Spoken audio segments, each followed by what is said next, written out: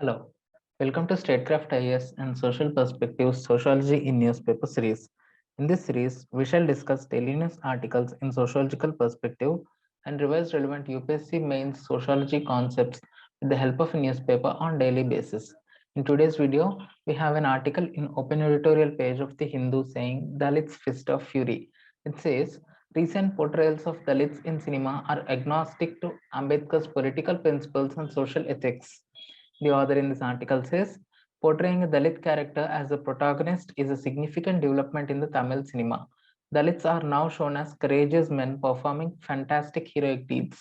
Now, this portrayal or this perception of Dalits through the cinema is definitely a social change.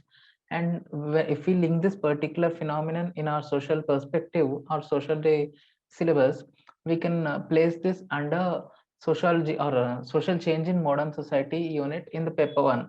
Under that we have some chapter called agents of social change. Now in this particular example we can say that media has been the agent of social change in this particular scenario, because media cinema, that means one of the important aspect of media is trying to bring social change in the society by portraying Dalits as male dominance or heroes in cinemas. It is certainly trying to change the social perception upon Dalits. The author in this article particularly lists some of the films of Tamil industry like Kali, Kabali, Sarpata Parambare, etc. Karnan also. It also talks about Asuran film. Now, by talking about these films, the author tries to explain nothing but the perception of Dalits among the public is bound to change because of these films. Hence, media has been a major agent of social change in this particular example. Now, as we discussed the agents of social change in the same chapter, that means social change in modern society unit, we have another topic called theories of social change. Under that, we have an important theory by Marx or Karl Marx. That means Marxist perspective on social change. Now, in that aspect, Karl Marx adopted Hegelian dialectics to explain social change. What is Hegelian dialectics? It is nothing but the spirit of the age. That means it believes in zeitgeist. Hegel says the development of the intellectual life of the mind or spirit results in the primary manifestation of development of humanity. The potential of humanity will only be fully developed when they are truly free, which means free of all circumstantial inhibitions, according to Hegel. True nature of history and human existence is to be understood in terms of development of thought, of ideas, not in terms of development of materials, as Karl Marx believed. Now Hegel says there is a thesis idea, that means there is a perception and there is particular beliefs or values in the social system. Against that values, there develops antithesis idea. In this particular example, also there was an idea in the society that Dalits are relatively weaker in the society. They cannot be portrayed as heroes in films, etc. That used to be the perception among the society. That means that was a thesis idea. Now, what is antithesis idea, which is being portrayed by the cinemas? That Dalits can also be heroes in films. They also can exhibit their masculine power. They also can be very furious in movies. They also can express their abilities, etc. They also can have upper hand over other people in the society. That has become the antithesis idea through media. That means through cinema in particular. Now, when those thesis idea and antithesis idea come into conflict, there emerges a synthesis idea. That means a compromise situation between thesis and antithesis. Now that synthesis idea eventually becomes another thesis idea, and against that again there emerges antithesis idea, and this goes on continuously. This Hegel terms as dialectics of history. Now, in order to understand this particular social change that we have seen here in this example or in this article, if we analyze this particular social change in Marxist perspective, according to our syllabus, as Marx has used Hegelian dialectics to explain this social change, here also that Hegelian dialectics comes handy here, because there is a conflict of that ideas. That means perception of Dalits hitherto and perception of Dalits now with the help of cinemas. Now, because of that conflict, some new synthesis idea gets emerged. Moving on, Here it is nothing but author tries to explain those movies and how those movies can better be taken, etc. If you look into the further contents of the article, he says, after the Russian Revolution, while many Western educated elites were influenced by Marxist political ideology and wanted to test socialist ideas in Indian conditions, Ambedkar showed only a passive appreciation towards it. He appreciated, he appreciated the socialist transformative agenda to address class inequality. However, he dissociated himself from the advocates of revolutionary or anarchic violence against the state or dominant elites. He understood that the Dalits were the most powerless among the Hindus, and any violent challenge to the ruling classes would only invite further alienation, subjugation, and brutal repression. More than imagining a violent conflict between the Dalits and upper caste Hindus, Ambedkar wanted to build a democratic dialogue to achieve a better conception of the modern state and civil society. His primary task was to bring an enlightened consciousness amongst the Dalits so that they can cherish their rights as citizens and claim various entitlements. Ambedkar's greater goal was not to eliminate the social elites or defeat them in physical battles, but to introduce the ideals of liberty, equality, and fraternity in society. The Dalit social and political assertion must be peaceful, ethical, and engaged with the principles of social justice.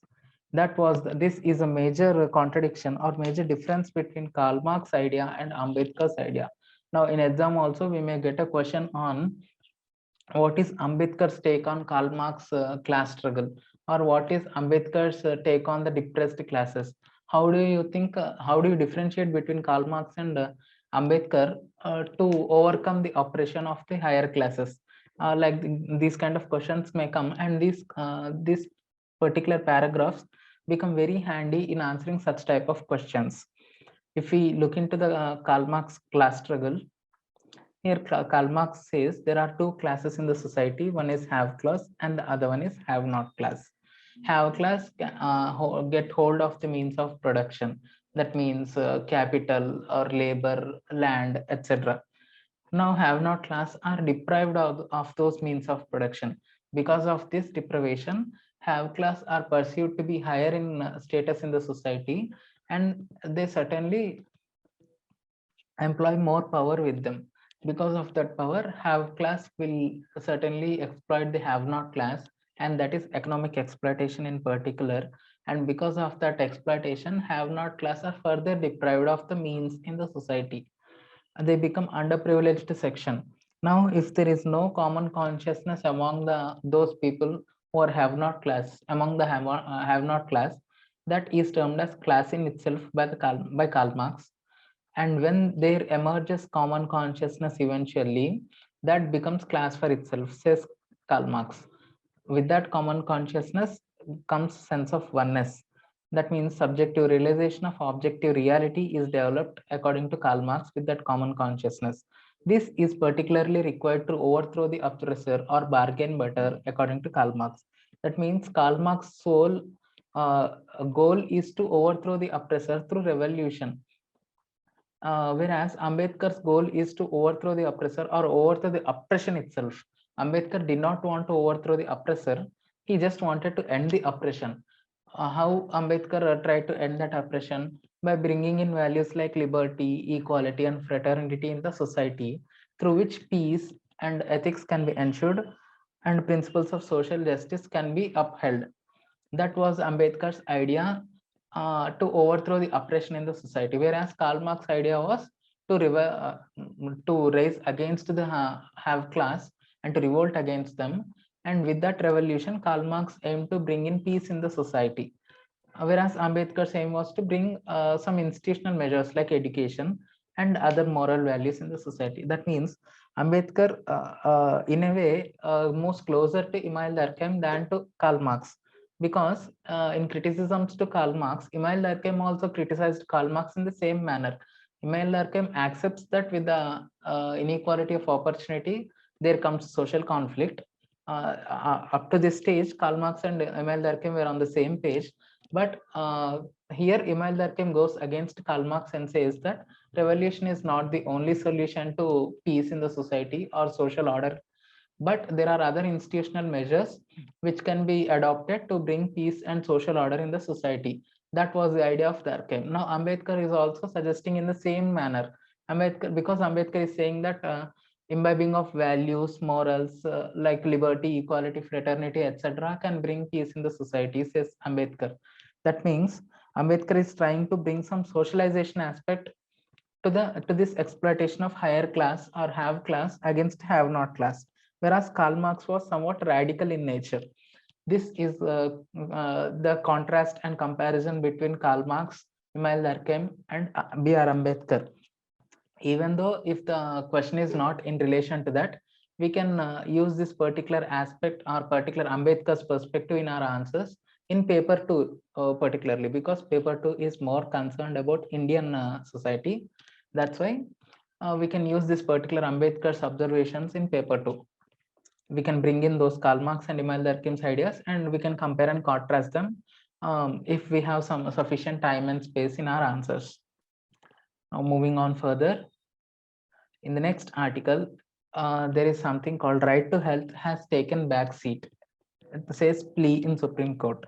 The Supreme Court on Tuesday asked the Union government to respond to a petition that said the fundamental right to health had taken a backseat as patients were forced to choose between expensive private care and inadequate public health sector, especially during the COVID-19 pandemic. Now, because of this situation, what happened is inequalities increased, particularly social inequalities increased, because those who are well off with the money, power, etc., they can tide off the pandemic with the help of their resources. That means they have sufficient money to go to expensive hospitals and take health care. Whereas the deprived sections or economically relatively backward sections, they cannot bear those expensive costs, and in the same way, they cannot give up on their health. That means this pandemic has resulted in uh, more inequalities in the society rather than economic inequalities. It is more about social inequalities. Now, what happens when that inequalities arise in the society? We have Durkheim saying in his division of labor concept, he says there are two types of division of labor. One is normal division of labor, and the other one is abnormal division of labor. Under the abnormal division of labor, there are again two kinds. One is anomic, and the other one is forced. Now, forced division of labor arises in the society because of denial of equality of opportunity. Now, this equality of opportunity is denied in terms of livelihood, education, health, or economic growth. If the equality of opportunity is denied in case of in any of these aspects, there exists inequality in the society, says Emile Durkheim. Now, what happens when such inequality is existing in society? It leads to exclusion, alienation, and ultimately social conflict, according to Emile Durkheim. That's why inequalities or external inequalities in particular have to be addressed according to Emile Durkheim, and that's why this particular article is relevant here. Karl Marx says there are economic factors which divide the society because he has divided society into two classes. Karl Marx, one is have class and the other one is have not class. He differentiates both these classes in terms of ownership of means of production. Those who own means of production are categorized under have class, and those who are not in possession of any means of production are categorized under have not class. That means Karl Marx is dividing society into two classes only on in terms of economy. That means only in terms of means of production. That's why Karl Marx is criticized as economic reductionist. But there are many other aspects in the society which divide the society into two classes or more than two classes. Here in this particular example, COVID-19 pandemic is one such example. COVID-19 pandemic is not related to economy, but it has certainly brought divisions in the society, and it is certainly out of some economic system. It is external to the economic system. That's why in that particular aspect, Karl Marx can be criticized. He was certainly an economic reductionist, as Karl Popper rightly said about Karl Marx. Now that's all we have for today. If you like the content, please like, share, and subscribe to Statecraft IAS. If there are any comments or criticism, or if you wish anything to say, please comment and let me know in the comment section. Thank you for listening. Have a nice day.